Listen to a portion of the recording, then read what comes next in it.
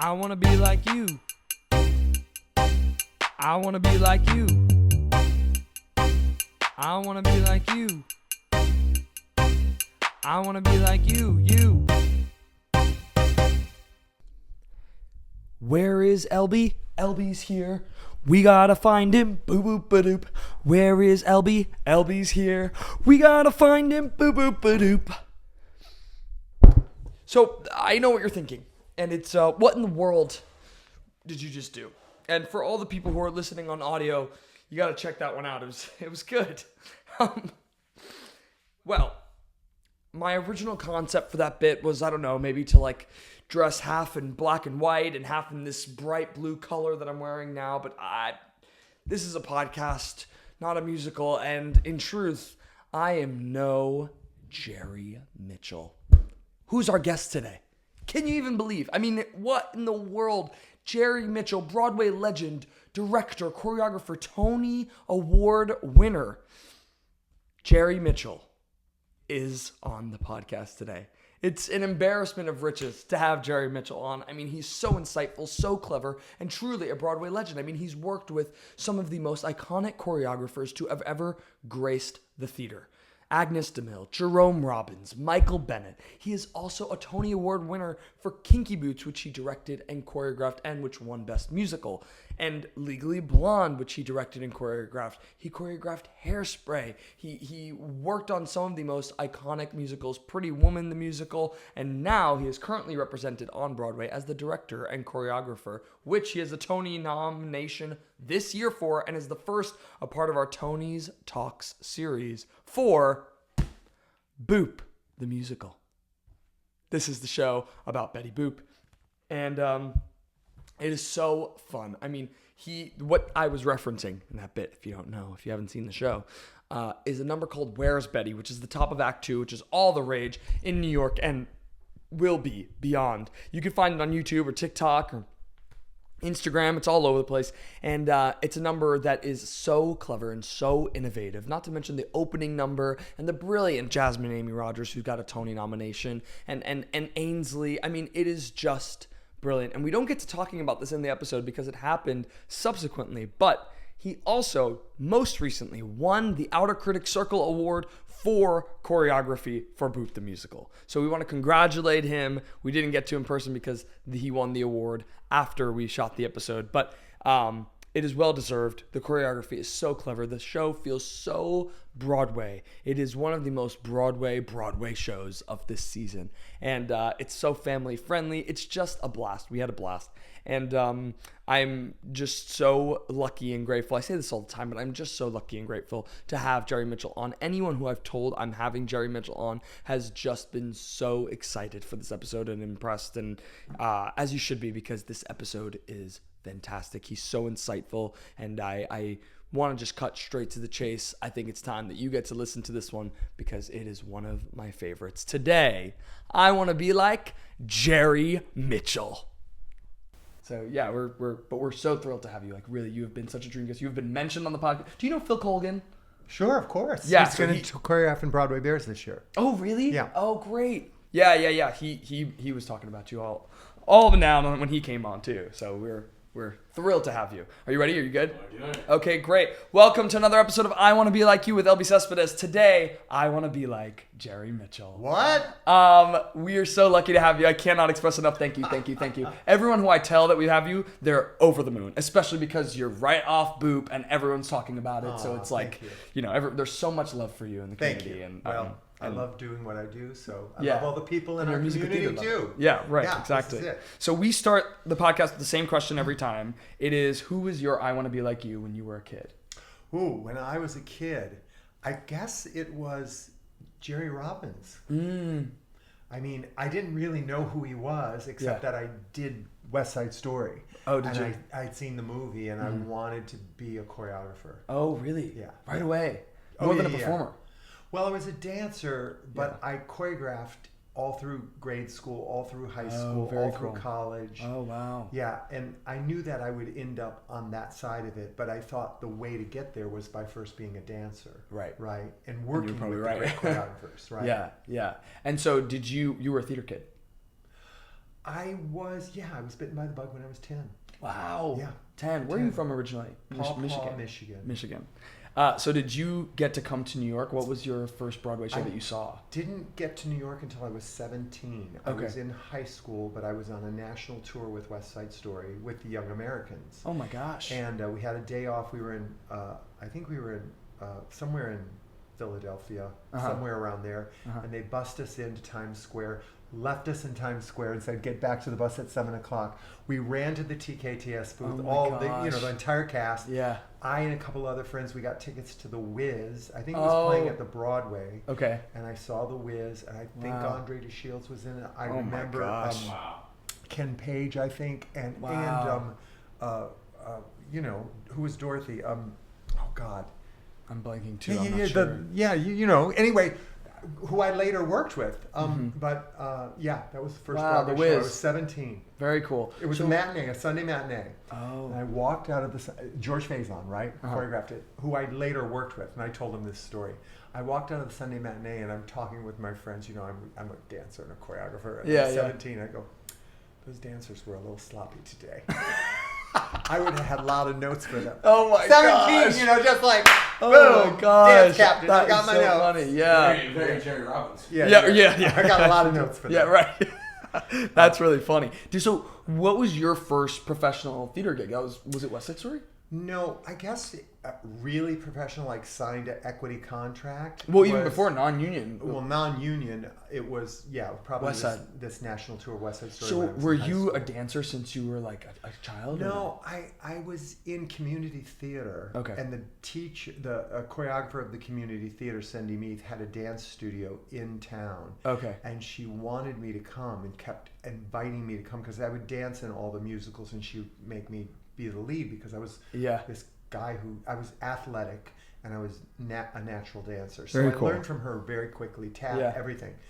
But I was afraid to go to dance class because it was all girls and I knew at that point I was gay and I didn't want to be found out. This was early 70s and I had no role models. Right. And you're in Michigan. It's not like in New York. And I had two older brothers and I was very cared for by my community, and I didn't want to do anything to upset that. So I was racing my best friend home from football practice. He was on a Solex. Do you know what a Solex was? No. It's a bike with a motor, and I was on my 10-speed. He went one way and I went this way, and my chain broke, and I went over the front and broke my collarbone. Oh no! And I said, okay, now I'll go take dance class to keep my legs in shape for basketball. I had an excuse. Nice. I was 15. Nice. I walked into that dance studio. She gave me free lessons. And then I taught on Saturdays to all the little kids basic tap. Oh my gosh. And she paid me.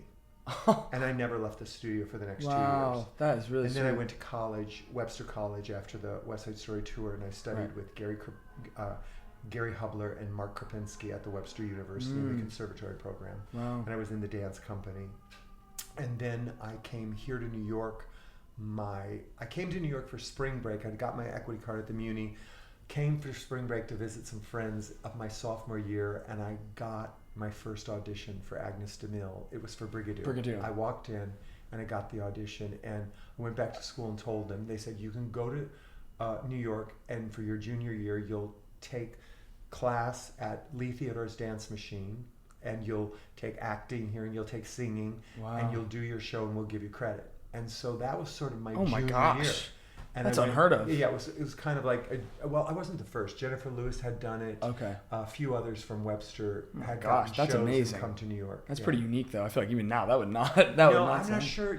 I'm not sure if they do it now with universities. Give that kind of a sabbatical. And give you credit. Right. So I stayed here my junior year. I went from Brigadoon to Woman of the Year with Lauren Bacall, and then I called them and said, I'm not coming back to school because I got cast in the film The Best Little House in Texas. Oh my gosh. And so I said, I'm in now. I'm in. Yeah.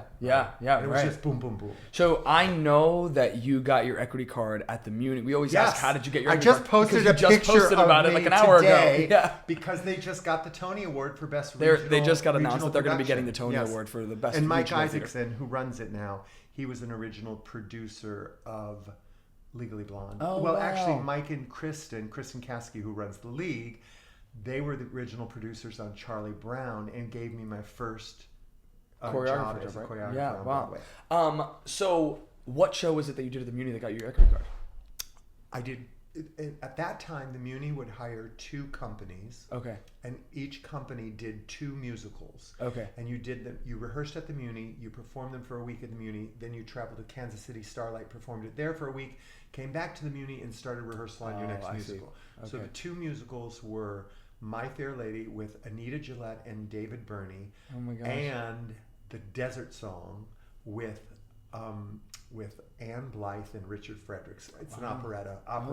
Okay. And yeah, and you know, I was That's amazing. doing things you couldn't do today, right? Yeah, they had right. me dressed in, you know, as a eunuch and covered in Texas dirt. Sure. Right? You can't do that. Yeah, no, sure. Did you need an agent in New York when you were auditioning at the time, or were you able to get, like Brigadoon, for example, were you able to get that on your own? Brigadoon was on my own. I Yeah. walked in the door with my equity card, first audition, boom. Wow. But when I got First here, audition. I freelanced with a bunch of agencies. Okay.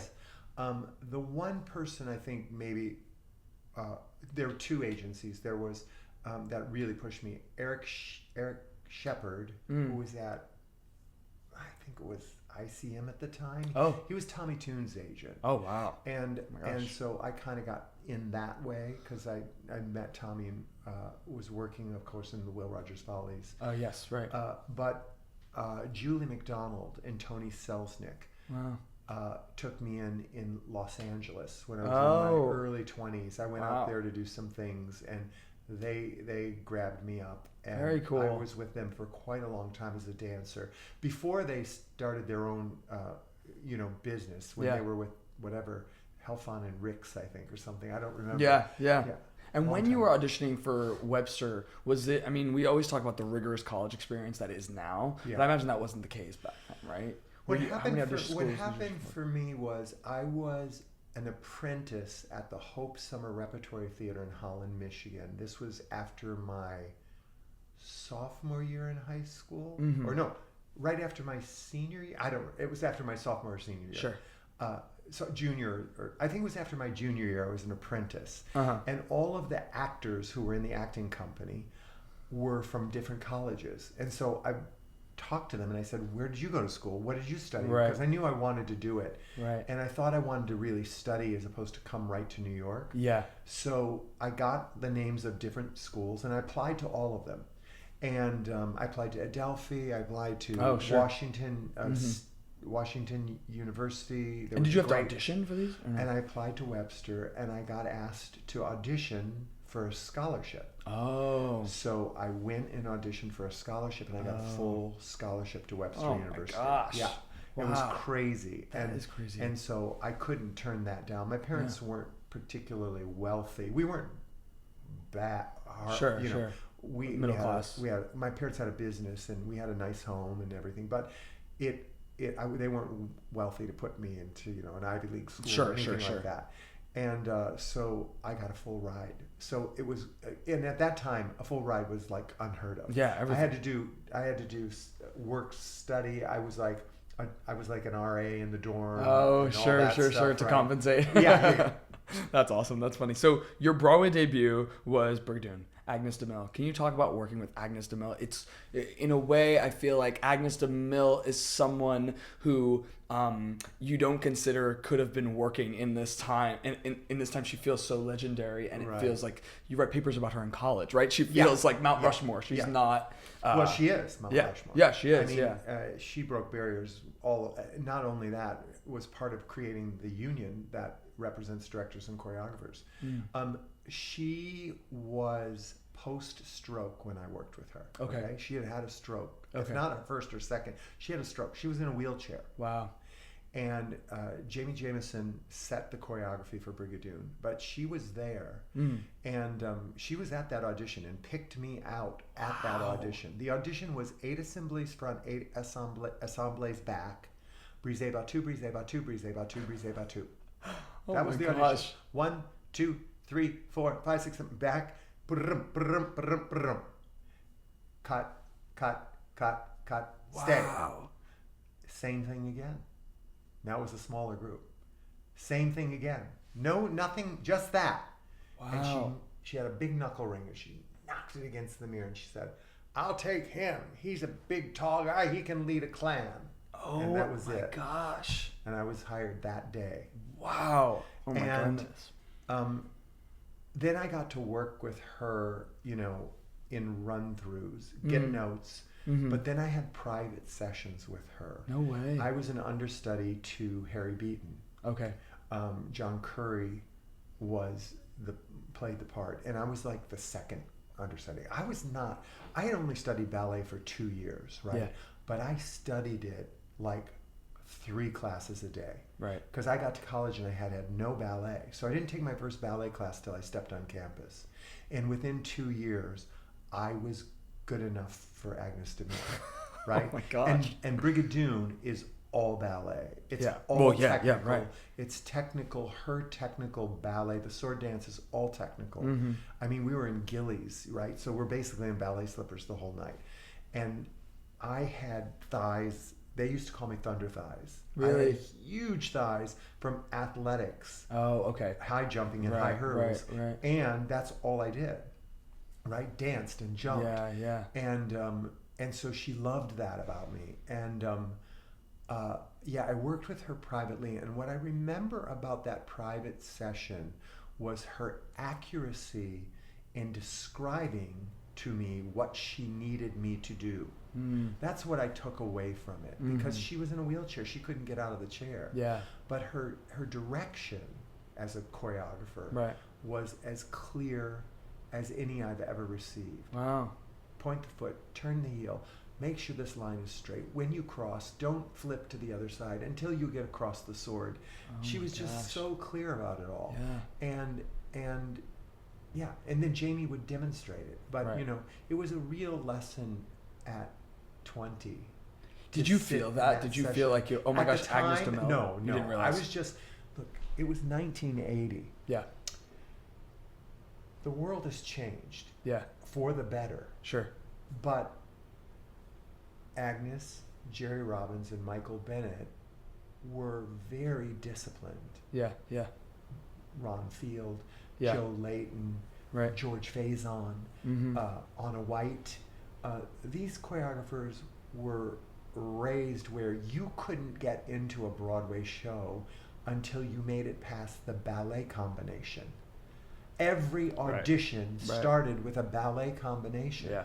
When we auditioned for Jerome Robbins' Broadway, it was a ballet combination that was the elimination. Yeah. Right? So you had to have training in order to dance in a ballet, in a Broadway show. Yeah. And that just isn't required now. And that's changed.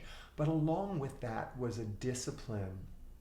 Dancers went to class. Right. I went to class every day. Yeah. I took bar every day. Wow. And even when I was in the show, I would take from Nanette Charisse every day, 5 days a week. Oh my gosh. And then do 2 shows. And I would take a jazz class too. But that was because I was crazy and I loved to dance. Sure. And I still love to dance. Yeah. But that was kind of the way it worked. Yeah. You know? Yeah. And that discipline has shifted. Yeah. I'm not saying it's gone. No. It's shifted. No. And part of that discipline was coming in and doing exactly what was asked of you and never asking a question. Sure. And I'm not saying that was good either. Yeah, I'm just saying that's the way it was. So when I was working with Agnes DeMille at 20 in my first Broadway show, I basically didn't say anything. I came in and I listened and I did the work. Yeah. But what it did for me, Agnes, Michael, Jerry, George Abbott, the director. Yeah. I would sit in the room on my 4th, 5th show, On Your Toes, and I would listen to him direct. The guy was 96 at the time. Oh my gosh. It was a revival. Yeah. We won Best Revival, and Makarova, who had never acted in a Broadway show, won Best Actress in a Musical because she had the talent to play the ballerina, but she didn't have the acting skills to deliver a scene, and he gave that to her. And I watched him deliver that to her. Yeah. As a first Broadway debut. Yeah, that's incredible. Right? So you look at how am I able to deliver Jasmine? Because I watched Jerry Robbins deliver Macara. Yeah. I mean, not Jerry Robbins. You just George Abbott. George Abbott. Deliver Macarva. I watched him deliver Macarva. So, Yeah. It's the process of working with an actor that I gained by listening. Yeah, that's really interesting.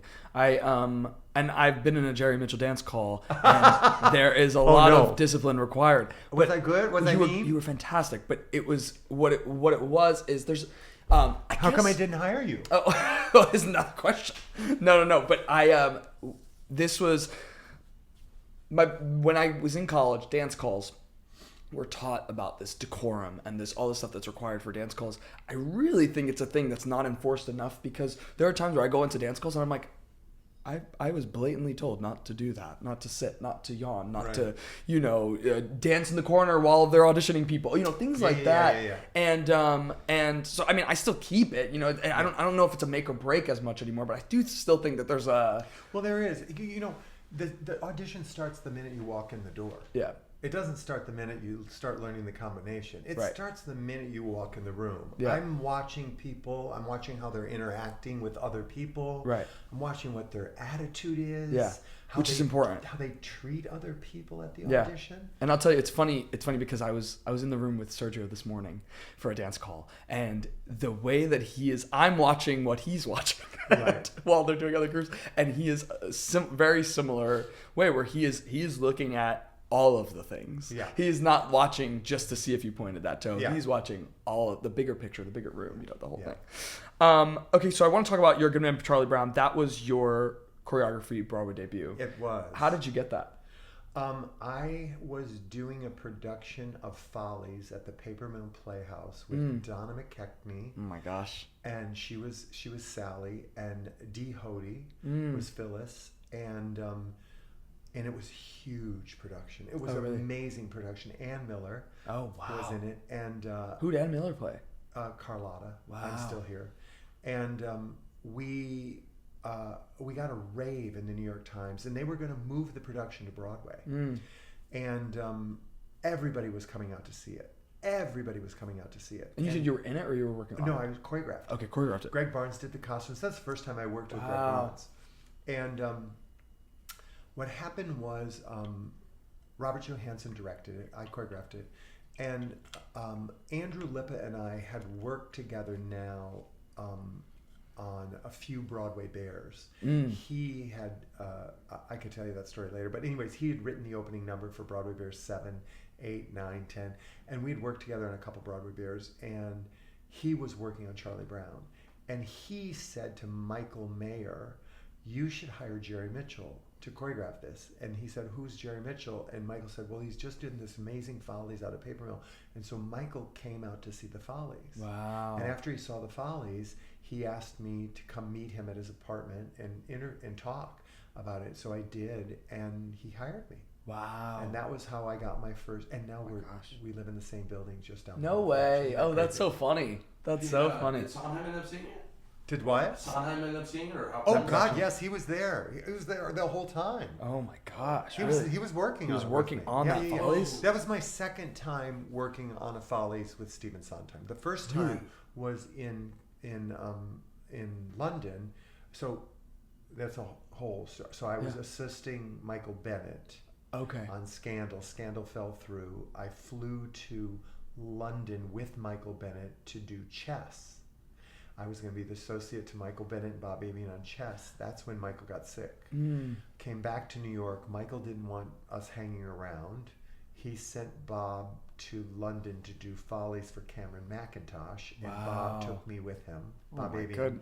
And I went and did Follies there, and Stephen Sondheim. It was directed by Mike Ockrent. And that was the first time I ever worked with Stephen Sondheim. How did your relationship with Michael Bennett come about?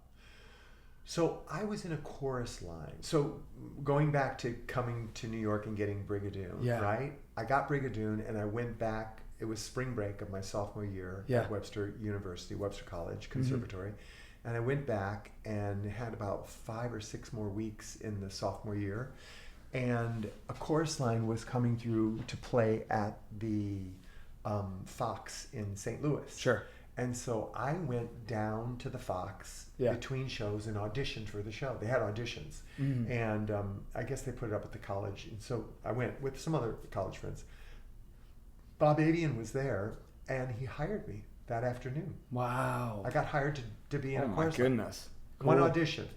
And that's like unheard of. That's magic. And Bob pulled me aside and he said, "We want you to join the company. Can you join us this week? We leave for Cleveland." I said, "I have 2 more weeks left in my sophomore year. Can I finish it and join you in the next town?" He said, "Sure." So I signed a contract and I joined them in 2 weeks. Oh, wow. And I did it that whole summer before I came to New York to do Brigadoon. So I met Bob, and Bob told Michael about me. Oh, very cool. So then I get to New York, and I'm in On Your Toes, and Michael is getting a special Tony Award for a chorus line. Oh, wow. And I was one of the dancers hired to dance on the Tony Awards. Oh my gosh. In the early 80s, Albert Stevenson would choreograph the Tony Awards and Night of 100 Stars, and they'd have dancers dance on the Tony Awards. Wow. I danced on the Tony Awards a couple of times. Oh, wow. And this one time, Michael was there getting an award, and he saw me, and he said, "Oh my God, I'm working on this new musical. Would you come and maybe dance in it?" And I said, "Sure." So I went to dance in it. And what had happened in between that and the dancing for that, I also did an industrial for Michael Bennett for Jane Fonda workout clothes. Oh my God. It was choreographed by Danny Herman, and I was in it. And then he made me the lead of this fashion show with Jody Mocha. He created this pas de deux on us to "I Have a Crush on You" by Linda Ronstadt. And after he created the pas de deux, he said, "I want to put something like that in Scandal. Will you guys come be in Scandal?" So we went to Scandal and we worked together. See. And then that's how and everything all the tied dancers together. were there. And then he asked me to be an assistant because the stuff we were creating was very partner stuff. Driven. And that wasn't something that was in his wheelhouse. So he invited us to the table. And cool. he and Bob. And so Danny, myself, and Jody were all Danny was the associate and we were assistants. We were creating the choreography. And then when it fell apart, Danny and Jody went into Leader of the Pack, and I went with Michael to London to do chess. Wow. Yeah. What was he like, Michael Bennett? He was like any Like you mentioned, choreographer, disciplined director, and all, because he's from that generation. He was just inspired by it all. Yeah. Right? You know, he was full of focus, and he was in it 1,000%. Yeah. Like all of us are when we're in this. It's very business. tunnel vision in that way. You have to be. You can't be in this business and not Yeah. be.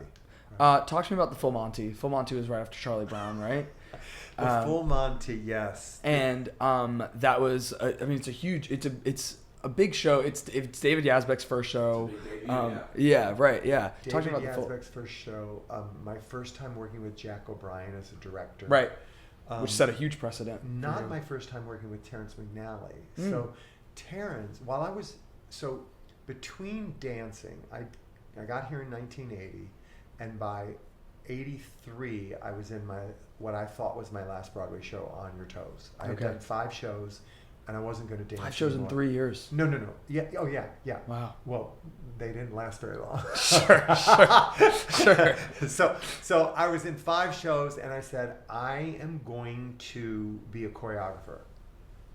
And so I stopped dancing, and I was looking for opportunities to assist and be an associate and all of that stuff. And of course, the first person I get to work with is Michael Bennett. So, unbelievable. But what happened was I went back to dancing in 90 in Will Rogers. But between that, I did Jerome Robbins Broadway, right? Okay. So I'm working for Jerome Robbins Broadway. Manny Eisenberg is producing it. Manny sets me up on a lunch with Jack O'Brien 10 years before he hires me to do this. Wow. He says, "You guys should work together. You're both from Michigan. You're gonna." And Manny made the marriage. Put that aside. Now, waiting to get that job as a choreographer, chomping at the bit, I start choreographing small things in the city where they need a choreographer for one scene. Okay. I did Jeffrey, the play, Yeah. Paul Rudnick's play. Yeah. I did Terrence McNally's Lips Together, Teeth Apart at Manhattan Theater Club. Oh, cool. I did Corpus Christi. I did, I did all these little plays where they needed a dance sequence. And were you The getting that subject through your arose. agent or through? No, people knew Just through the I word. was, Trying to I make was your way. trying to become a choreographer Yeah. by now, and so they were starting to reach out, but it was not a full blown show yet. Yeah. And so I worked with Terrence on two of his plays. I created Broadway Bares in '90, right? So Broadway Bares is in full bloom. Yeah. Everybody's seeing that I know how to make people strip. And Jack O'Brien said, if we want somebody to teach stripping, well, nobody takes clothes off better than Jerry Mitchell. Wow. And that was literally how I got offered the And show. that's the premise behind Full Monty. Yeah, that's how I got. Oh my offered gosh, the that's full so cool. Can I ask what inspired you to create Broadway Bares? It feels like, especially, I don't think I realized that you had started it so early in your career, and it feels like this thing that really helped you pave your own way. It did, absolutely. It's a whole nother podcast, really. But okay, so Broadway Bares. I'm in the Will Rogers Follies, dancing every night on a drum, basically naked. Yeah. I had a loincloth in front, nothing on the back. It was like a jock strap with Oh my bells gosh. on it. Yeah. I had bells around my ankles, Yeah. bells around my arms, and this gigantic headdress. And I was snatched. I was in the most amazing shape of my entire life. Yeah. I had a 10-pack. Oh my not gosh. a 6-pack. Incredible. I mean, it was like, Incredible. whoa. Yeah. And my dressing room mate said, why don't you go dance on the bar at Splash and make some money for us? We were raising money at that time for the Easter bonnet competition, which had been in rotation for about 3 or 4 years, because it was started by the cast of La Cage at the Palace Theater. Oh. And Broadway Cares and Equity Fight AIDS had not merged yet. They were separate entities. This is 1982, the first Broadway Bares. I called 6 other guys who were in Broadway shows who had killer bodies. I said, I'm going to put on a strip show. We're going to raise money for Broadway Cares. And they said, great. So we went down to Splash. It was raining. There was a line around the block, and the place was packed. Wow. It cost $10 to get in. We got the $10 at the door, and all the money they shoved into our G-string, and they got the bar. Oh and my gosh. it was such a success, the first show. The owners, Brian and Harry, came to us and said, well, if you do a second show, we'll kick everybody out. And if they want to come back in, we'll charge them another $10. Yeah. You'll get double the door, and you'll get another chance to rotate and get more money in your G-strings. I said to the guys, what do you say, guys? That was now midnight. And they said, yeah, let's do a second show. They brought back a tray of tequila shots for us. We all took a shot, and we did a second show. Right after. Well, right after, 2 shows back to back. Oh my goodness. We had no idea. There was a line outside the block in the rain, and people were standing and waiting to come in.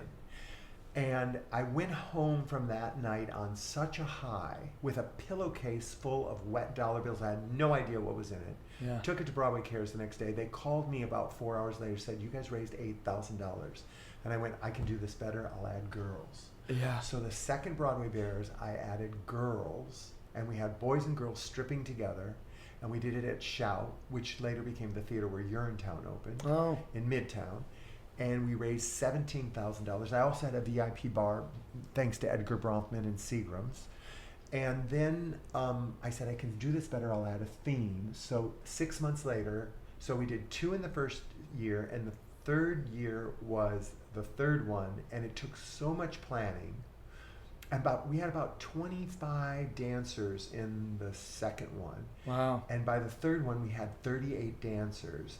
We had a little runway. And Unbelievable. we did it at Bump, which was at 47th Street, where it's the W Hotel now. Oh, it's that sure. restaurant. That used to be a theater. Oh. And we performed there for 2 years. Then we went to the Palladium for 2 years, Webster Hall for 2 years. Then we went to Roseland for many, many years, and now we're Hammerstein Ballroom. Yeah. So it went from 8 people raising $8,000 to last year over 200 dancers raising over $2 million. Oh my gosh. And it's raised $29 million for Broadway Cares Equity Fights AIDS and counting. Plus, Italy Bares 5 is this year. Oh. San Francisco Bears is this year. That's amazing. It's played in LA and in Las Vegas, and it's at the 34th edition this year. Unbelievable. That's incredible. And you mentioned that our dearest Phil Colgan is choreographing it this year. He's doing a number. How cool. Yeah. How cool. I didn't Have you know ever that, seen actually. Broadway Bares? I seen videos of it. I've never seen it live. No, Okay. I've never. I'm leaving this podcast until you go see Broadway Bares. You have to go this year. Yeah, I will go this year. It's mind-boggling. It's. I did it originally. I created it for two reasons. Because the community I was in was in trouble. Yeah. And I had to do something. So I put on a show because that's what I know how to do. Right.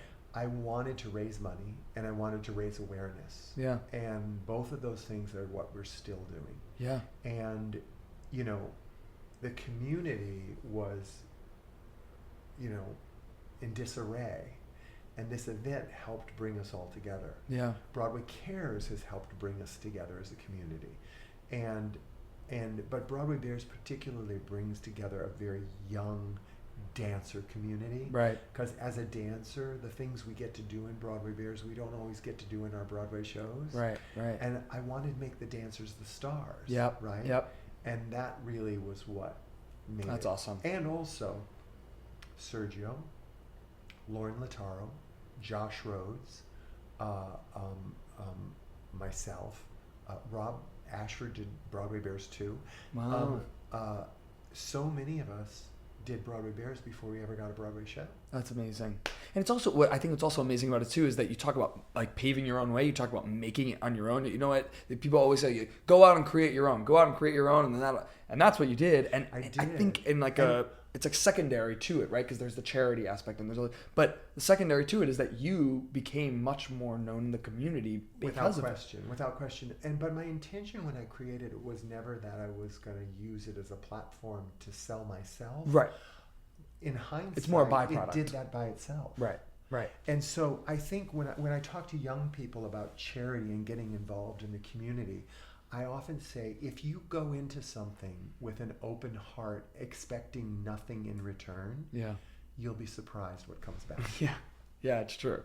That's a big part of why we start this podcast. Yeah, right, exactly. I really started this podcast because I wanted to talk to people like you. So it's kind of amazing that it's even happening, so that's I love that. So I want to jump really quickly to Gypsy, our dearest John Dossett. You did the choreo. We love John. Yeah, John. Love John Dossett. Yeah, you had Michelle on the show. Yes, because Michelle is like my theater mother. She's like my... She stripped in Broadway Bares. No way. Yes. To perhaps. And no it was a way. Fabulous strip. It was two guys, Michael Perez and who was it? Oh God, was it Michael Klein? Oh my goodness. But they were dressed in black like doormen with sunglasses on, and they had a, like the rope that's on the stanchion hanging from their belts. And she had an invitation to the club and she wanted to get in and they wouldn't let her in. And she said, well, maybe if I take this off. And she kept trying to get over the rope and she'd step over and the rope would go up. Woo! And she'd slide, and they did all this stuff with her in the rope. I choreographed this. Then she finally took everything off and they took the rope away and let her in. She's iconic. It was Broadway Bares like 3 or 4. It was really early on. Wow. Perhaps. I love that woman. Yeah, me too. And John I love her so much. The greatest. Yeah, the both of them are just like, they've become family to us and they've been the kindest to us. John had told me so many stories about Sam Mendes in the rehearsal process. Oh my God. He's probably got better ones than I've got. I've got a few, I love Sam. Yeah. I love him. But he's brilliant. He's brilliant. He's brilliant. Yeah, so talk about how you got involved in that production. Sam asked me if I choreographed it, and Arthur Lawrence actually really wanted me. Arthur. So I had done Jerome Robbins Broadway, right? And Arthur really wanted the Jerry Robbins version of All I Need Is the Girl. And I was one of the only people who knew it at that time. Yeah. And Jerry had given the okay for me to restage that number. Wow. So when I did Gypsy, which is an interesting story because Camille, who I love, is doing it now. She's doing all original. Yeah. But I did 80% original. The only thing that was in that Gypsy that was Jerry Robbins was All I Need Is the Girl and the transition from the little kids to the older kids. Which, sure. Even that was a little bit mine and a little bit Jerry's. But the whole strip was all new idea, new invention. Anthony Ward had designed the costumes and the apple, and I created this whole strip routine because I was into burlesque. So I had a giant boa, and she walked all the way across the stage with the boa, took off her top, and walked back across the stage holding the boa. And it was just her naked in the middle of the Schubert stage with a boa from wing to wing, and let me, boom, and then pulled it, boom, from the wings, and the curtain closed, and she was in silhouette naked. Oh my! It was amazing. It was amazing. That is amazing. And but yeah, it was it. And Bernadette was unreal. Everything. Yeah. Working with Bernadette is like, you know, I use her often as an example. Her and Harvey as a leader of a company when I'm working with young people. Jasmine is phenomenal because. And the whole company is phenomenal. Yeah. I must say I put together a family of people who really seem to get along. Yeah. And that really makes me happy because I love to go to work and be happy. Right. And there's not a bad egg in the bunch. And that's really great. Yeah. And Jasmine leads and Ainsley, that company, with the kind of grace that Bernadette leads a company with, the kind of grace Harvey leads a company with, right? Not only are they the stars of the show, they are there for the company. Right. And it just makes it all so much better. Yeah. Yeah. Oh, I love that. That's amazing. Can you talk to me a little bit about Jerome Robbins and your relationship with him? You mentioned all these ties to him, and Mark Hobie was in that one too. Right? Mark Hobie was in Jerome. Yeah, we had Mark greatest on. swing in the entire world. Unbelievable the work he did on that show, let alone all the other shows. My goodness. He mentioned, he talked to us about Jerome. 62 dancers, 64 dancers. He's covering like a bajillion tracks. He's talking about how at the in the West Side Story section, he's turning to his partner and he's like, "This is who I'm doing tonight," you know. And then they're going right into it on stage. Mark probably had a much different experience with Jerry than I did because he was a dancer. Mm-hmm. I was Jerry's associate, whatever you want to call me. But basically, I was his leg. We were his legs. His physical body for a guy who's almost 70, putting all these things back together. Right. And he didn't remember a lot of it, so we had to find it from the archives or from the people who did it, and then show it to him, and then he would start to remember, and then he would recreate it, and it was all brilliant. 2 years of that, right? 2 years of that, and he was an incredible taskmaster. I remember so many things about him that to this day I still remember and use in my own work. One, for instance, which leads to the full Monty, was we were doing a ballet called the Dreams Come True Ballet. It did not end up in the show. Mm-hmm. And it's a girl reading a photoplay magazine saying, "Make my dreams come true," singing this song. And she has a dance with 3 men from the silent film era who come into her living room while she's reading them, pop out from behind the couch, knock on her door, and she does this little dance with each of them. One was Ramon Navarro, a sheik, and had to drink the poison. She was Cleopatra or whatever, the princess, and gave him the poison with the ring, and he had to drink it, and then he had to die. And this is all pantomime. It's a pantomime ballet. Charlotte D'Amboise ended up learning it all and playing the part. But before there was Charlotte, before there were any of the dancers doing it, we had to do it. Cynthia Rubia, myself, and Jerry Robbins, we had to recreate it in the room. This particular one day, we're working on the ballet, and I'm doing the Ramon Navarro part, and Cynthia's doing the princess, and I had brought my dog to rehearsal, my golden retriever, my first golden retriever, Pokey. He was on his leash and on his chain, and he was under the stage manager's table with his thing. Jerry loved dogs, so you could bring your dog.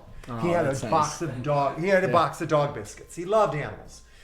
So my dog's there, and Charlie Blackwell, the great Charlie Blackwell, is the stage manager, and he's sitting underneath Charlie's feet, and I'm doing the thing, and I take the thing and I drink it and I die. And Jerry goes, no, stop, like that. And I go, what? Like, he goes, if you do that like that, I'm going to have to reteach that for 6 months. That was terrible. You were not committed. You didn't do it full out. You know, all of that basically he's saying to me. And I'm going, oh, okay. And he says, here, let me show you. Give me that. And he literally does this. Like he's taking an imaginary cup out of my hand. give me that. Scott Frankel's the piano player. Scott, play it. Scott Frankel plays the piano, and he starts doing it, and he takes it, and he drinks it, and he does this dying scene.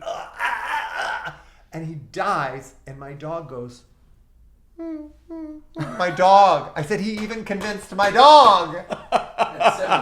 That's how committed he was. Right. To everything you did. Right. You had to be fully committed to the work. Yeah. That is one of my favorite stories about him, and absolutely true. Yeah. The other story is that we had worked on the opening, on the town ballet, and it was not going well. He didn't like it. He didn't like what he had created. He had 30 dancers and there were 20 dancers. I don't remember. He had a bunch of dancers working. We had worked on it for 6 weeks. Yeah. Right? He comes in one day and he just cuts it all. He says, I'm going to start over. I don't like it. And he had found that step or something and said, I want to start with that. And we were like, okay, let's. And he went back to some of the stuff from the New York City Ballet's version of On the Town, which wasn't necessarily all the stuff that was in the Broadway show, but he kind of started to morph it that way. Yeah. But he started over. Jerry Robbins came in one day and threw a number out and started over. He did the same thing with I Still Get Jealous. Worked on the whole number for Jason and Faith, threw it out when he found the video and made me learn what was on not the video, the old movie. Yeah. Made me learn what was on the old movie and reteach it to him so we could teach it to them. But he would throw his own shit out in a minute. That's amazing. I thought, if he can do that, I can do that. So Yeah. it's like I was working on something with the girls on Boop. Yeah. The girls, you know, in the second act when Ainsley sings "She Knocks Me Out." It's one of my favorite numbers. It's probably my favorite song in the show. So in Chicago, we put that song in the second week of previews. I said, he needs a love song. We need to hear from Dwayne. Yeah. He wrote that song in 2 days. I rehearsed it on a Sunday with Ainsley. I said, Ainsley, will you rehearse with me on Sunday? I'll do it fast. He said, absolutely. He came in on a Sunday, the day off, learned the song, went into the show the next night, Monday. Oh my and goodness. It was amazing. Everything I wanted it to be. Between Chicago and here, as I'm making changes, I'm thinking, what if we put some dance in it? What if the 6 girls appear as the Betty Boops that she talked about in the race car driver, the hula dancer, and he dances with all of them, right? And so it was an idea. So then that morphed into the 6 girls all in red dresses. Mm-hmm. And we put it into the show, and we ran it the first week of previews here. Yeah. And I came in one day and I said, you know what? It's not better, it's just more. I'm taking it out. Yeah. And I told the girls, I said, girls, if I'm wrong, I'll put it back in, but I love you. It's not you. Right. It's me. I was trying to do more dance and show off, and I don't have to do it. It's not necessary. It's not needed. Yeah, because I was going to say, I don't remember there being dancers in it, but yeah, that makes sense. So I took it out. Yeah. The show doesn't need any more dance. The show has plenty of show-stopping dance. It sure does. It sure does. Do you ever, in the same vein of what you're talking about with Jerome Robbins, look at some of the choreo that you've done in the past and be like, oh, I would have changed that, or I'm not sure I'm as crazy about it. Yes. Really? Yeah. I'm always, even when I go back to Hairspray, which I get to revisit all the time, and Kinky Boots is now in Japan. It's running in Japan. It just finished in Korea. It's going back to Korea in September. Amazing. Pretty Woman is going to Australia, South Africa. It's going back out on. It's out on tour. Kinky Boots is going back out on tour.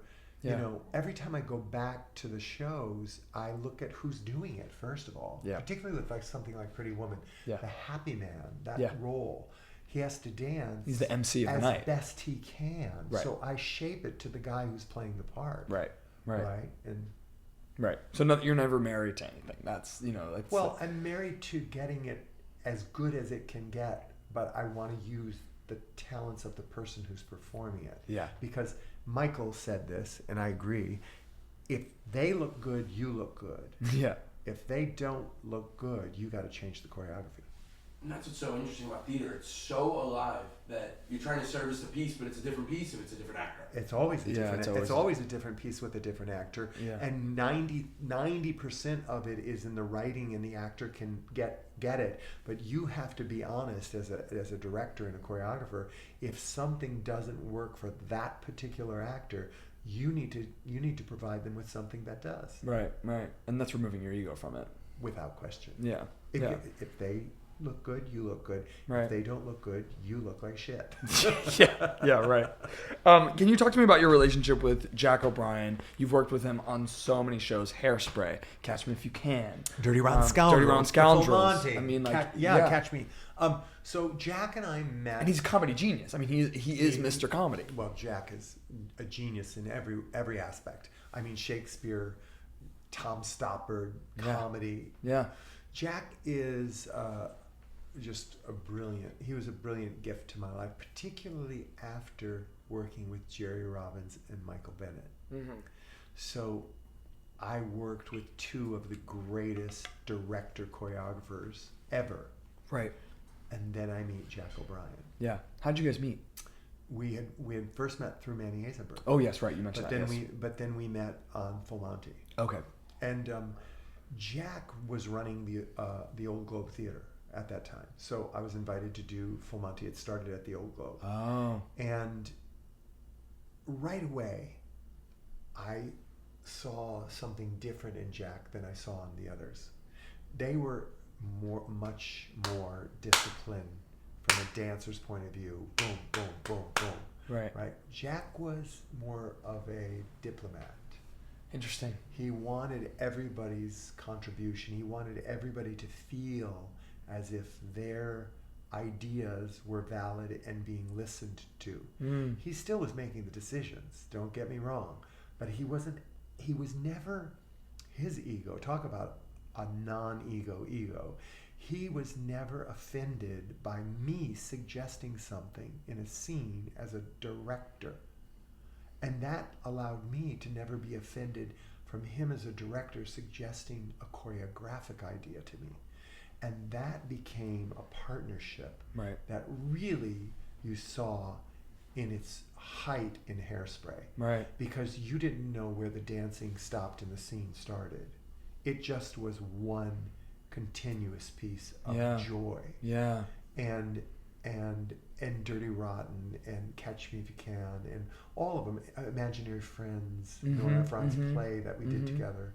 It just was an amazing. And he's still, he's my best buddy, and he's all of his shows have this like, I don't know, this light air to them. This like, that you're gonna go in, you're gonna come out having fun. Yeah. They're so fun. It's very similar with you too. It's like you go in and you're like, oh, I'm in for a ride, a big musical theater ride, and that's a testament to him. So let's talk about Legally Blonde. It is everything. It is, I mean, who hasn't done Legally Blonde? We've both been in Legally Blonde. He's Grandmaster Chad. I'm Warner.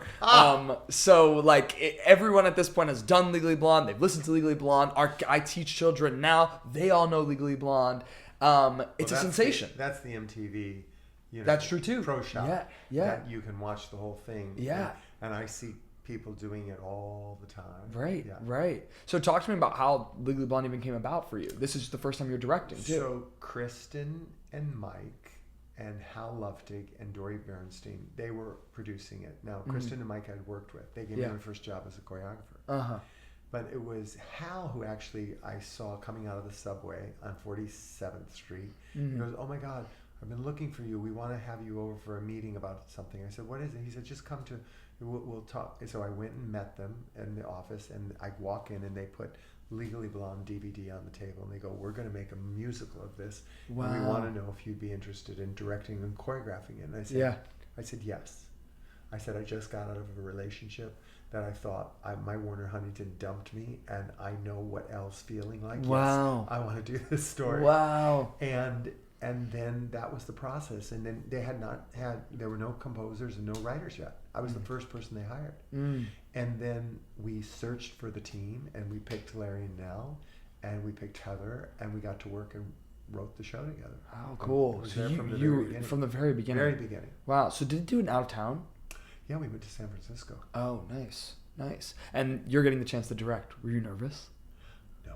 Really? I was so ready. This was my 10th show on Broadway as a choreographer and first as a director. But I had been with all of those great people I've talked about. So I watched, I learned, and I was ready to do it myself. And you're going and to it was the perfect project for me. Yeah. Perfect for a show. Yeah, and you're going to the Palace. I mean, it's like a massive house. Legally Blonde is a huge property. There's a lot of pressure, but what's interesting about the show, and I think this is what draws people to it so much, is that it has its own life. It's very different from the movie. To be quite frank, I've actually never seen the movie. But I know the musical very well. I think the musical is actually brilliant. Yeah. I think it was brilliantly written. I still think that the writing is brilliant. Nell Benjamin's lyrics, Nell and Larry, that score and those lyrics are brilliant. And it didn't get raves when Is it that opened. right? Yeah. Times didn't like it, and that hurt us. And we ran about a year and a half, but the pro shot saved us. Yeah. And then I did the tour, and I brought the running costs down and made the tour a hit, which made London a hit, which won the Olivier, which made Australia a hit, which won the Helpman, and we just cleaned up. Yeah. And the show's been going on and on. It's a sensation, like I said. Sensation. It's a huge still show. done to this year, all over. Yeah, and it's almost. It really set a benchmark. Yeah. I think about musically too. Theater, I'm like, Yeah. this is Louis One was there, and that's like you were saying, ahead of its time. Yeah. To a certain extent. Way ahead. And Right. People, look, I've had this happen to me a lot. Legally Blonde, they wrote it off as fluff. It's still one of those shows that's being done. Yeah. Pretty Woman, they came in ready to kill that show before it was ever pretty opened. vicious. Pretty They Woman. came in to kill it because it was the height of the Me Too era. And they just were not going to give props to a prostitute finding her true love. Sure. They just weren't going to do it. Sure. Didn't matter how good or bad it was. So it didn't do well on Broadway. Guess what? It went to London and it cleaned up. Right. And it's still running there. Yeah. It's going to Australia. It's been in, it just played Zurich. It's going to South Africa. It's going to Japan. Right. I mean, and it's the title, right? Yeah. It's the title. It's like Prada. Prada did not do well in Chicago. No. I wasn't a part of it. Right. I got Elton to write some new songs. We reinvented the show. Yeah. And I brought what I have learned from other movie musicals that I've turned into musicals. Right. And applied some of that. We went out to London. We opened. We got some great reviews. We also got some bad ones. Sure. Doesn't matter. The product, it's what they want to see. Right. It's selling. Yeah. It's an amazingly fun night out. Yeah. Well, all of your shows are, Jerry. I mean, that's like the big. That it feels like a crux. Is that something you think about when you're crafting? Entertainment. I want to go to the theater and have a good time, and I want to walk out singing the songs and dancing, and hopefully feeling better on the way out than I felt on the way in. Yeah. How did the MTV Legally Blonde thing come about? That was Amanda Lippitt's. Amanda Lippitt's producer made that happen. Yeah, and that tied in kind of right with the Search for Elle Woods. Yeah, then that they saw such a big thing from that. They came back and was that the first time they had done that? Like the Search for Grease, right? Grease had done. Was that before that? I think it was before that. The Laura Osnes one. Yeah, I'm not sure because that too in and of itself was a huge thing. People still talk about the girls who were on the Search for Elle Woods and all that stuff. Did you feel that Legally Blonde put you on the map in a different way as a director? I mean, considering the fact that it didn't get rave reviews, did you feel that it shaped you positively? The Broadway run, that is. I guess so. I got nominated for a Tony Award, for choreographing, and I got nominated for direction and choreography in the drama desk or somebody else. Sure. So I feel like the show. People saw what I did with the show. I got a lot of good stuff out of that show. Yeah.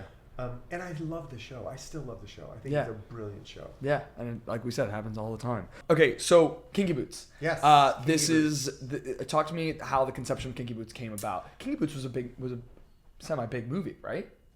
It wasn't really. It was a small independent film. Oh, okay. It was good, but I don't think that many people saw Kinky Boots. Yeah. Because I didn't know that it was a movie. So Daryl asked me if I would Daryl Roth, yeah, right? Yeah, Daryl and Hal, wanted to know if I would direct and choreograph it. Again, nobody had been chosen. Yeah. And I said yes, and I said, I think Harvey should write it. And Daryl said, that's what I was thinking.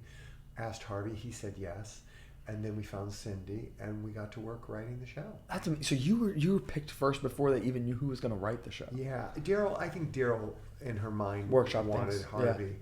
But yeah, I was picked before and went to work with the writers.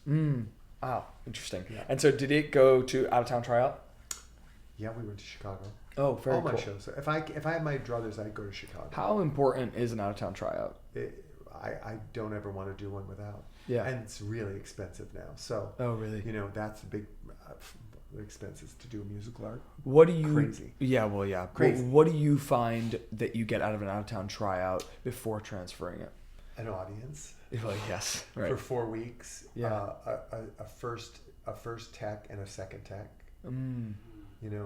I never feel like the show comes steps into itself until it's in tech rehearsal. Yeah. And you see all of the design elements and the script and the choreography and the music all together for orchestrations, all of it together. Right. That's when you really understand what you have. Yeah.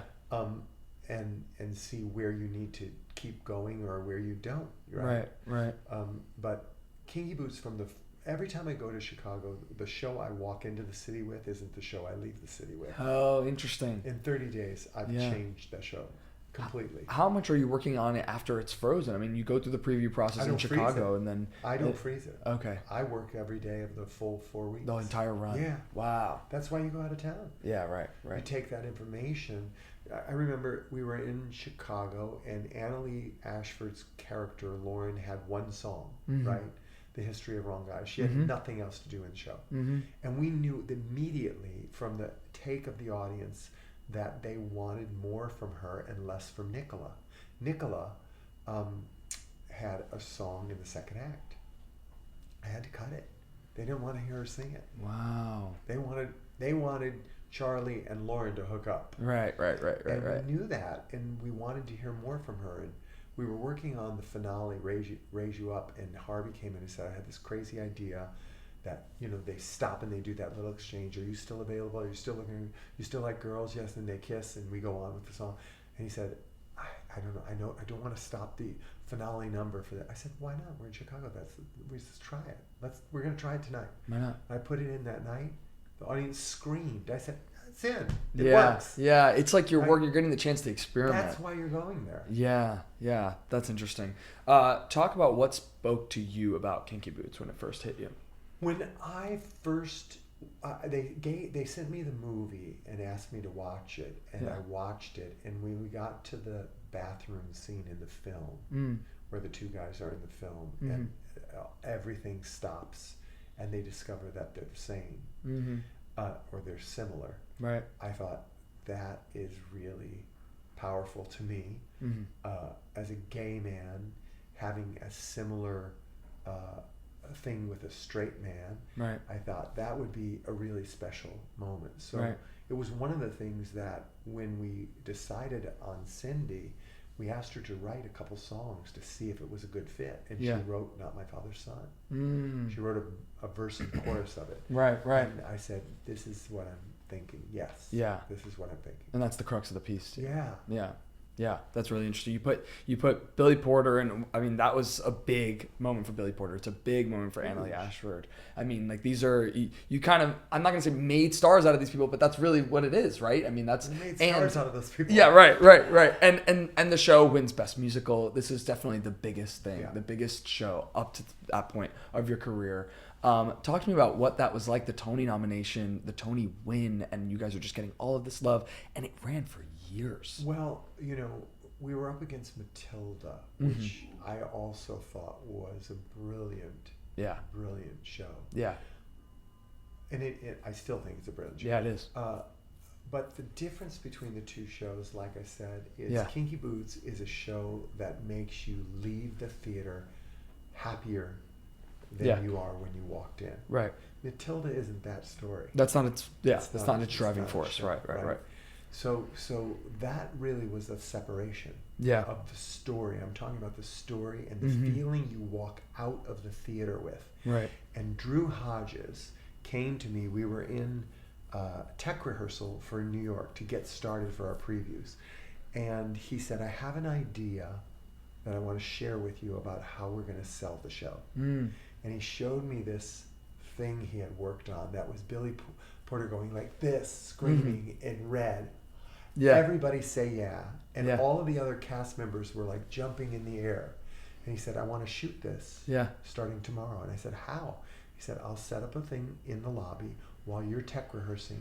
Just send the factory workers out one at a time. I'll put them on the little mini tramp. We'll take a picture of them in the air and we'll have it. And I said, great. I'll work with you. We can do it. Because I have known Drew since 2007 when he did the first campaign for Broadway Bares. Oh, okay. He had just done the campaign for Chicago. And I seeked him out. I went to his office. I knocked on the door. And I said, I don't know who you are, but I've been doing a benefit called Broadway Bares for 6 years. I'm getting ready to do the 7th year. And I want a campaign like the Chicago campaign. And it's all about sex, and I'm doing a circus theme. He got the photographer, Max Vadugel, who shot the Chicago Girls originally, to shoot the Bears campaign 7, the Bears Show on Earth. And we shot it at Webster Hall on a rope with naked dancers hanging from it, with half their face made up in circus stuff, like Clockwork Orange. And it was it took the event Broadway Bares from a small little fundraiser to a massive event. Right. And that was one of the big stepping stones of Broadway Bares. I wanted Drew to do the same thing for Kinky Boots, and he did. He did. Right.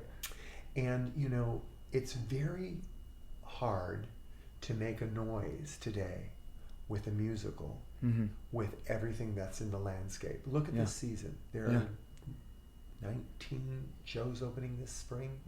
There are 14 new musicals. In making a noise, making a sound, making people understand you're there, it's difficult. Right. And you need to be really, you need to have that team.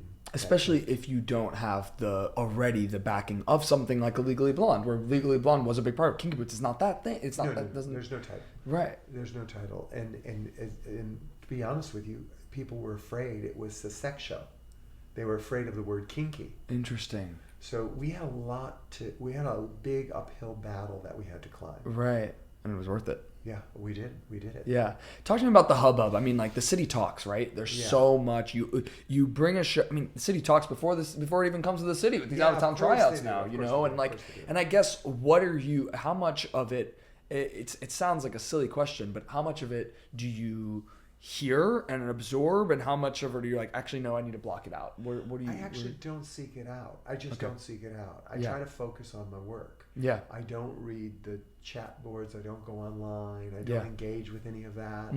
I really don't. The only information I get is when somebody gives me a positive something on my Instagram and sends me a thing, and I don't look for the negatives.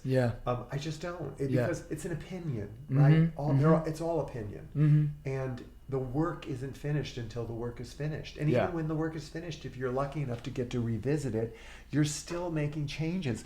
I think Joe Mantello was just talking about Wicked, and how, you know, when he goes back to it, it's so hard for him to watch it because he thinks, my God, what was I thinking? You know, I would do something so different today. I mean, that show's been running for 20 years. Right? So imagine something, you know, going back to something and not having that. Like, it's perfect. I wouldn't have changed the thing. I don't think I've ever said that about my work. Right.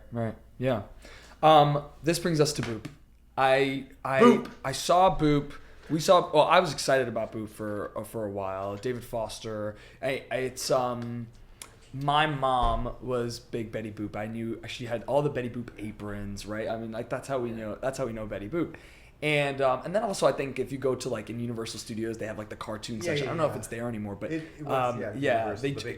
just got rid of it. Yeah, and so I knew Betty Boop, and I thought to myself, gosh, this is the perfect material for a musical, and it's because it's animated, it's cartoon, it's all this other stuff. And then I'm hearing about Jasmine, and I'm hearing about how loud it is, how fun it is, and I watched all these clips of it, and then I went to the dance call before Chicago.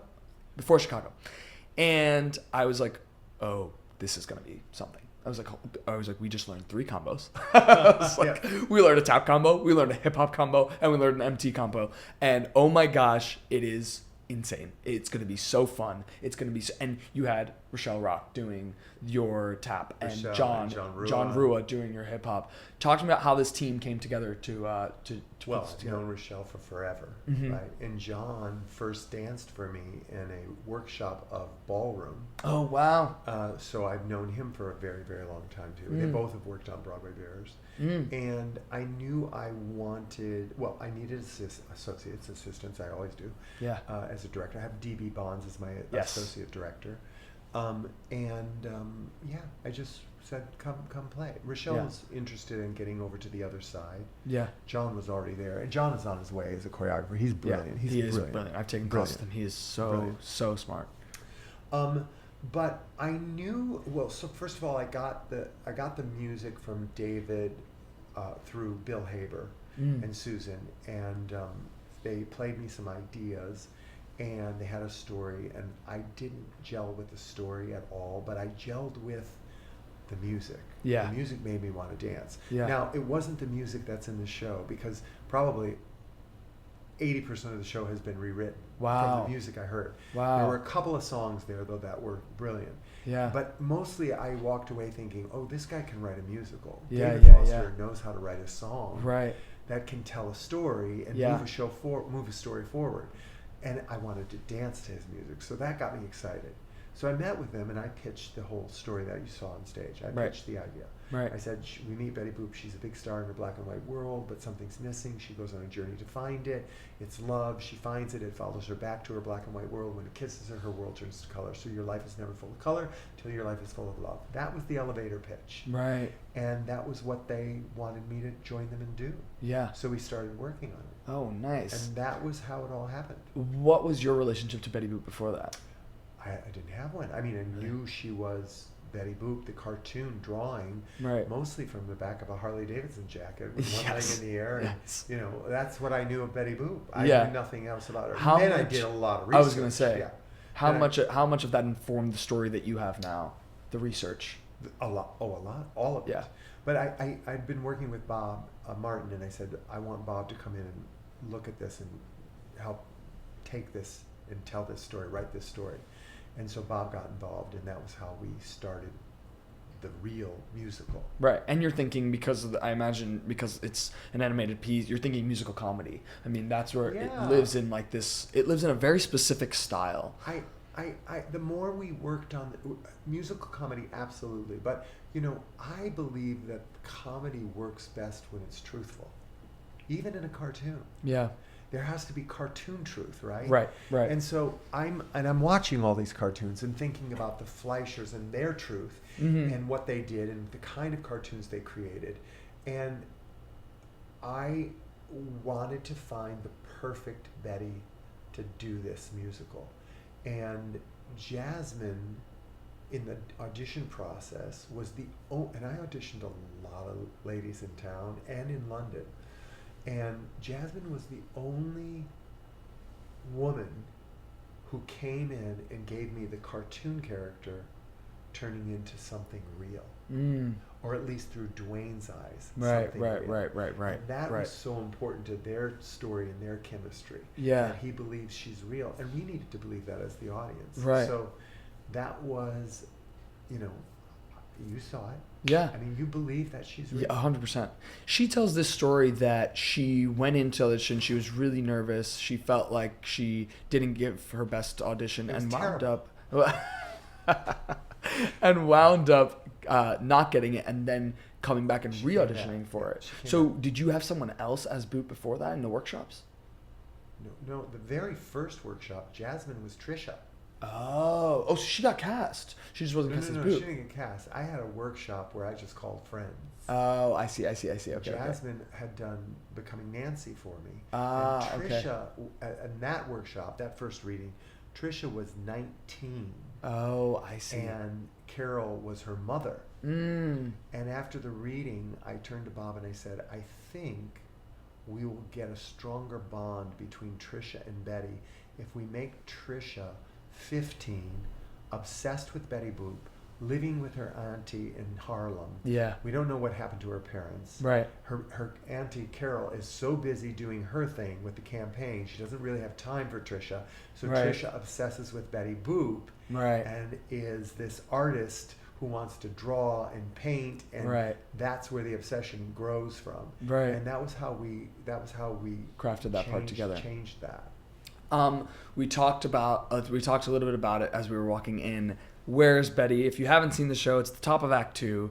It is honestly magical. It feels like this, like, you know, Disney World style number. And you mentioned to me before we started that number wasn't in Chicago. I didn't realize that. No. So, you know, you go to Chicago to find things out, and what I found out was we didn't have an opening to the second act. We had this sort of montage where if you remember at the end of the first act, Betty is in disguise as Betsy Crampweiler. She goes to the club, she drinks a beer, she gets on stage, she sings a song. Where I Want to Be. And in the middle of Where I Want to Be, she rips off her coat, or her coat gets ripped off in the madness, and Betty Boop is revealed. And everybody sees Betty Boop for the first time in New York City. Right. And so the second act opened up with, she's here in New York City, right? And it was the reporters. Yeah. Who are there now, but they're funny. They're after the number. Yeah. And it was the kids on their phones going, "You won't believe, better sit down, Betty or Steve, guess who's in town?" You know, talking about Betty Boop and texting each other. Right. And it was a rehash of nothing. Okay. And I went away and I thought, and I learned everything from the audience, and I saw how quickly we were able to change from the black and white cartoon world to today's real full of color New York City. Yeah. And I thought, okay, I've seen the costumes that are cut down this way and you're half groom and half bride. I've never seen them cut down this way. And I said, what if I cut them down this way? And they were either the real world or the cartoon world, other side. And I line everybody up, and half the cast is facing downstage and half is facing upstage. So it looks like I have a full line. And they're staggered. It's not like it's like half and half. It's every other person is facing upstage and downstage. Every other person is either or. Yeah. And then I wrote. I was in London, and I wrote, you know, a paragraph about what it needed to be. I said, okay, the people in the real world, people in the cartoon world are saying, where is Betty? The people in the real world are saying, Betty is here, because we just discovered she's in New York City, and everybody's got to find her. Boop, boop, boop, doop. I said, that's the chorus. Yeah. I gave that to Susan and David, and it said, write me a song. Yeah. I gave them do what you do best. I gave them a song, a song that I love called Rhythm Is Our Business.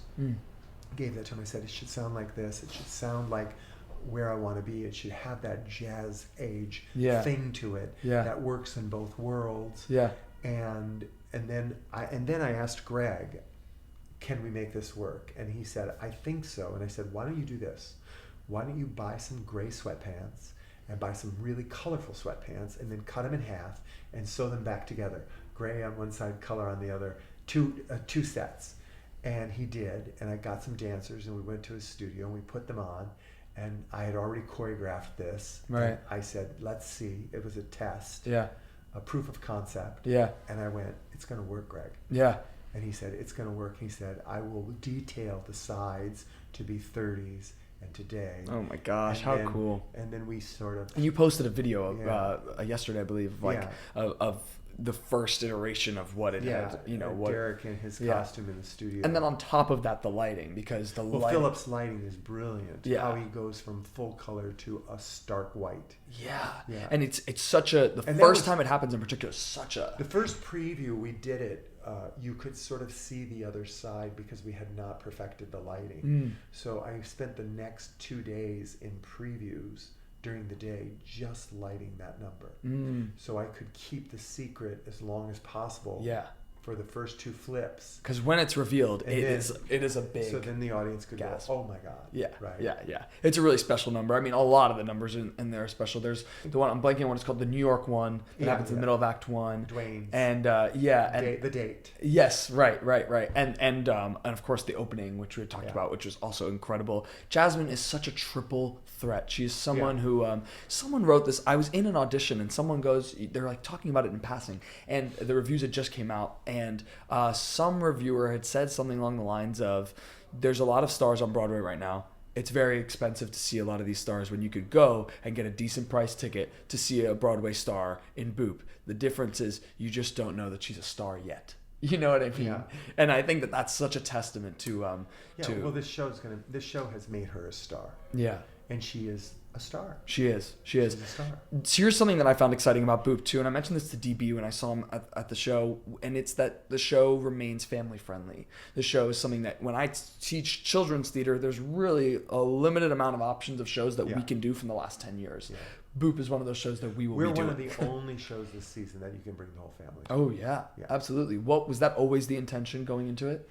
Not really. It just sort of seemed like, as it came together, it was going to be a family-friendly show. Yeah. I also, Hairspray is family-friendly. Right. So I thought, and Kinky Boots in a lot of ways is family-friendly if 13 and above. You know what I mean?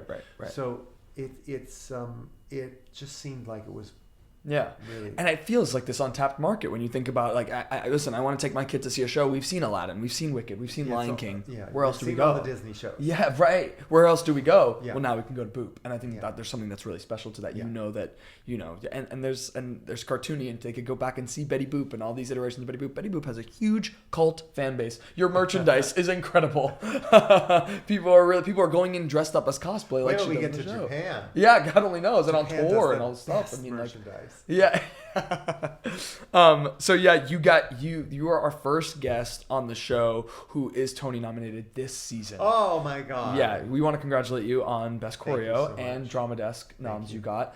Talk to me about what it means to you now. You've done so many shows and you've been nominated and you've won, and there's still this recognition. First of all, it means everything. It's really, a great honor to be invited to the party, as I say, and get a nomination.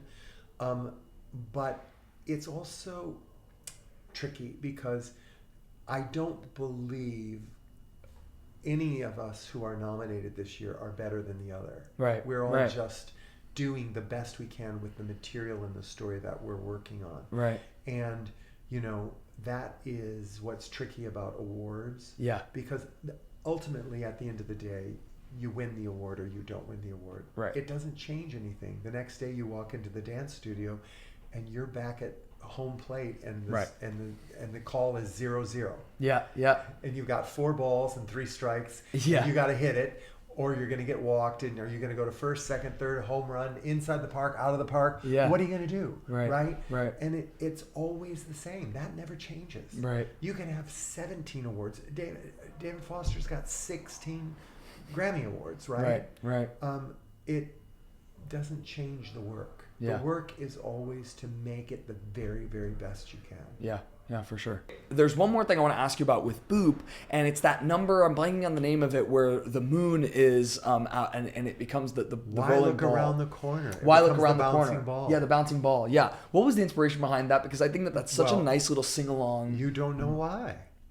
So Lou Flesher, Max Flesher's brother, was the guy who brought the bouncing ball into shorts. Into shorts. Yes. Oh, I did not know that. So, and also, do you know how they did it? It wasn't animated.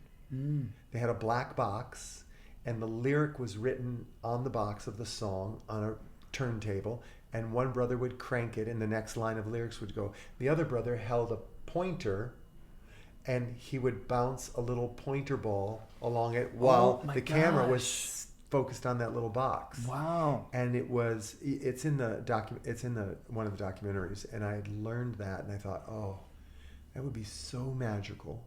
That what I wanted the audience to feel was that Betty's magic came with her.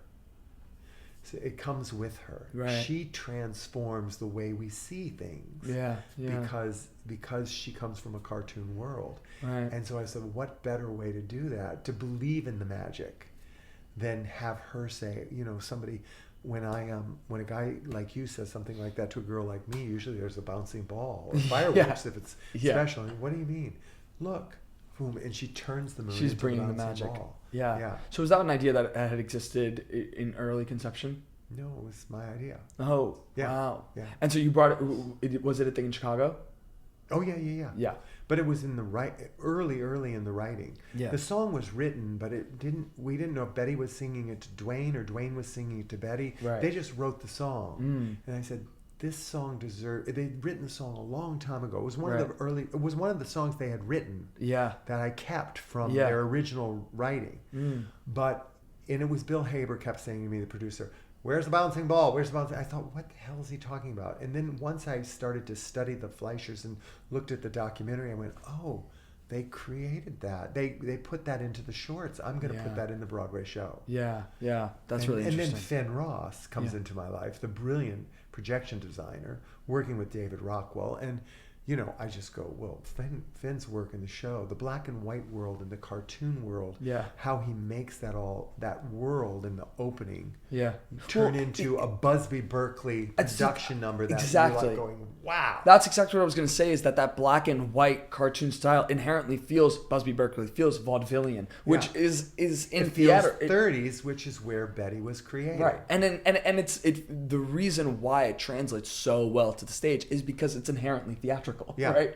Yeah. So that's I think a testament to the show, and I really want it to run a long time, last a long time, and tour and be done at regionals and community theaters everywhere. I do, and I think that I remember I saw it, and then I came back. We just finished up a production of Footloose at the Children's Theater that I teach at, Staten Island Children's Theater, and I walked and I came up to my friend and boss Melissa, and I was like, we'll be doing Boop in around 10 years. I was like, be ready. You guys should go see it now. Start doing your research, because we'll be doing Boop in around 10 years. Okay. We ask this same question every time. We are big into manifestation on the podcast. We want to manifest a dream guest. You in and of itself are a dream guest for us, but we want you to manifest anyone to be sitting in this chair, a dream guest for us. A dream guest. Yeah. A dream guest. Who would be a dream guest? Have you ever interviewed Laura Bell Bundy? No. Oh, I would love to. Yeah, I would she's love a good talker. to. Yeah, and she's wonderful. She just did a friend with our friend Kara Rose DePietro. She just did a 54 Below show. Yeah, great. I love Laura Bell Bundy. Fantastic. I'll take it. Talk to me about this production of Devil Wears Prada. It happened in Chicago. You weren't involved in it. You get involved with it in London. How did it come about? How did it come to you? I went to see Devil Wears Prada in Chicago because Kevin McCullum is a dear friend, producer, and asked me if I'd just go see it and see what I thought. Yeah. So I went to see it and gave him some notes, and that was it. Walked away, right? 4 weeks later, he calls me and goes, hey, Elton would like to meet with you. He heard your notes and wants to talk with you about them. And I said, okay, what are you talking? He said, well, why don't we just have a meeting with Elton? I said, you don't have to twist my arm. I'd love to meet Elton John. Yeah, of course. So I went to meet with Elton John, and I told him my notes. And by the end of the meeting, he said, will you join us and help us make the show better for London? Wow. And I said, will you write me new songs? And he said, yeah. And I said, then I'll do it. Wow. And it was just that. It was a handshake. And I'm sure you've seen the movie. Everybody's seen the movie. Right? Yeah. Oh, well, loved the movie. Loved Right. the performances. Loved the whole idea of it. And I thought, there's a musical in here that deserves to be. There's a story that deserves to be told. And so we got it together. And What speaks to, when I heard that you were doing the show, I was like, oh, he feels like the perfect fit. But what speaks to you when you're being given a new piece? What about the piece on your first read? I have to love something about it. I have to love I really have to love the material. But on top of loving the material, I have to love the people I'm going to work with. Right. I'm not interested in going to work with people who are going to fight and scream all day long. It's not, life's too short. Yeah, right. How do you get proposed these new projects? People bring me stuff all the time. They send me stuff, and reach out through my lawyer Mark Sendroff, or through a friend of a friend of a friend. Yes. Somehow they find me. Phil Colgan talked about, when he came on the pod, about being a choreographer and him up and coming as this choreographer, he had to find what was special about his voice as a choreographer. Yeah. You having worked with the biggest people, when did you feel like you found your voice, and what do you think it is? What do you think makes the Jerry Mitchell voice special? I think as you find yourself, your voice becomes easier to define, right? I think of what I like. I think of the choreographers that I admire, all of them. Fosse had a very specific style. Yeah. That style was in all of his work. Right. The same style. Right. Right? Michael and Jerry were brilliant choreographers, but their style differed for each story. You didn't see a bowler hat in every number. You didn't see white gloves in every number. You didn't see snapping, thrusting hips in every number.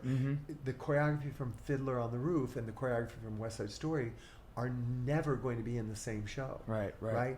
So I tended to that. I tended to lean into storytelling as a director choreographer. And I tend to lean into happy endings. I tend to lean into hope, but I learned that from Michael. Yeah. I tend to lean into joy. It's who I am as a person. It's what I love. It's when I go to the theater, I want to walk out feeling redemption, joy, hope. Sometimes I can get that from any musical, because ultimately I think it's sort of what's in every musical. Right. But sometimes I don't get it. Right. I still get a production. That's great. And I get an idea, but I don't walk out necessarily joyful. Well, it feels like when I remember seeing Pretty Woman and Boop, and I feel like I'm standing up at the end of your shows and I'm clapping and I'm dancing in the aisles, right? I mean, Dance like that's out, what it. Sing. If I'm going to see a Jerry Mitchell show, that's kind of what I'm expecting at this point. I'm hoping that's what you're living up to. Yeah. I'm hoping I'll deliver that. So we do a segment on our podcast every time. Jerry, have you ever played with AI at all? No, not really. Okay, so because the podcast is called I Want to Be Like You, this segment is called AI Want to Be Like You. Okay. So what we did is we put together a bunch, we're going to do a little choreographer trivia. Oh my God. Director choreographer trivia. And so we had AI write a bunch of little riddles. Oh my God. And it's up to you to guess who AI is talking about in these four. God. So we'll start you off a little easy, okay? My debut direction bloomed in pink.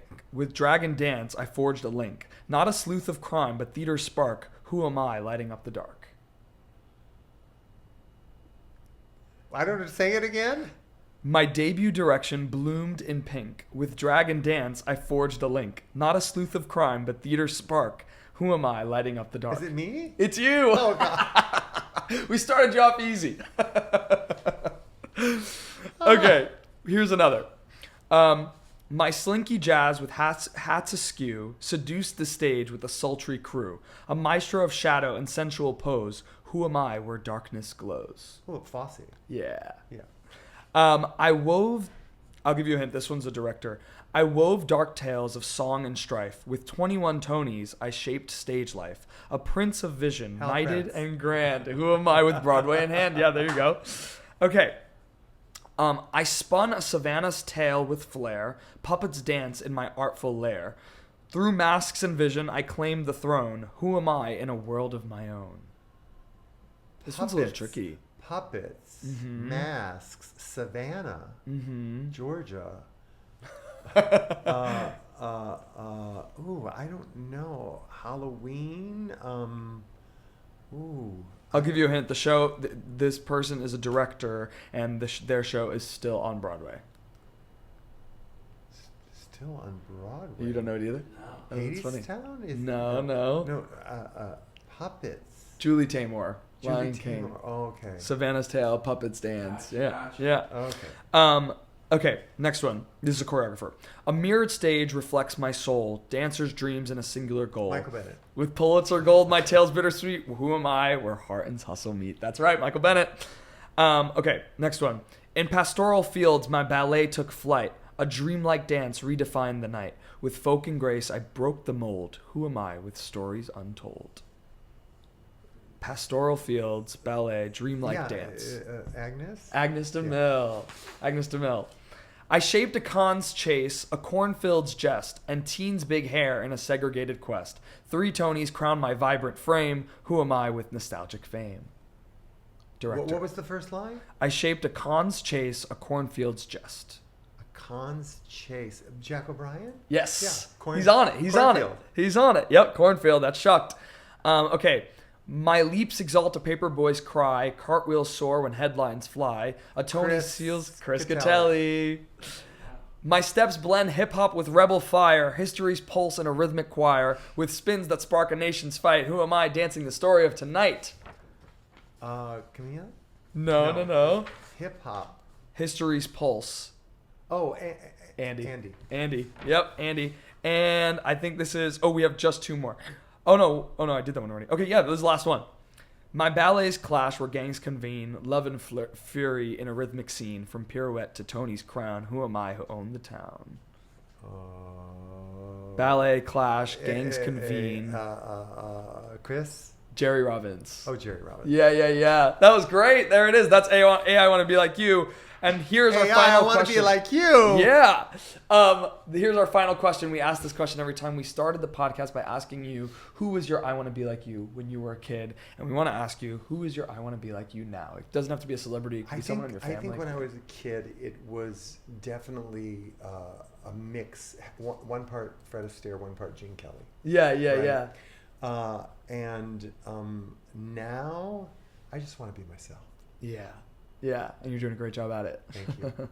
Thank you so much for doing this. Thank this you. is such a pleasure. We are so lucky to have you. I'm very excited. Here's looking forward to the Tonys. Oh, yeah. Yeah, and go see Boop. Go see Devil Wears Prada.